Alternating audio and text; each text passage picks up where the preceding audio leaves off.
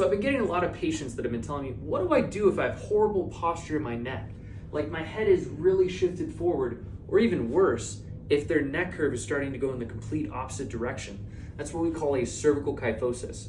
So we have another patient here, and they have a really shifted forward head. So C2 is super far in front of C7. So it looks like this, okay? The other thing that happens is her neck curve completely reverses. That's what's called a cervical kyphosis.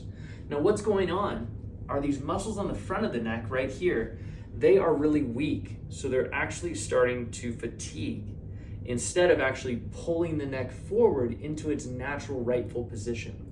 So I want to teach you guys, how do we do that? How do we actually strengthen these muscles on the neck to support and reinforce that curve? And then also teach you, how do I keep my head back on my shoulders? Well, there's a really cool exercise that I'm gonna show you guys, and it's called the deep neck flexor activation. Let me show you what that looks like. So what you will do is you will lay down. And the first step is you want to drive your head into the table. So pressing down into the table. So press. The second step is what I want you to do is tuck your chin. So tuck it down, you'll get a double chin right there, okay?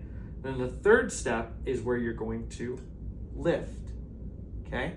So you're going to press, tuck, and lift. You should feel a ton of pressure on the front of the neck right here. That shows that we're activating those muscles on the front of the neck called your deep cervical neck flexors. If you activate those, what that does is that helps to support this neck curve. So now it's going to start to go in that nice forward C-shaped position. The other thing you're going to do is by pressing your head backwards, it's aligning your head on top of your shoulders much better. So that would be the best thing I would do, is do the deep neck flexor activation.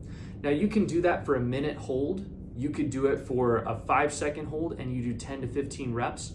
Whatever works better for you. If you're somebody who likes doing reps, that's a good thing. If not, let's do a minute hold. You'll build up your tolerance to do that 3 sets of a minute hold, and I guarantee your neck's gonna be stronger and you're gonna be able to hold that position, and that's gonna fix a lot of the neck curve. All right, guys, that's how you can fix your posture and your neck curve.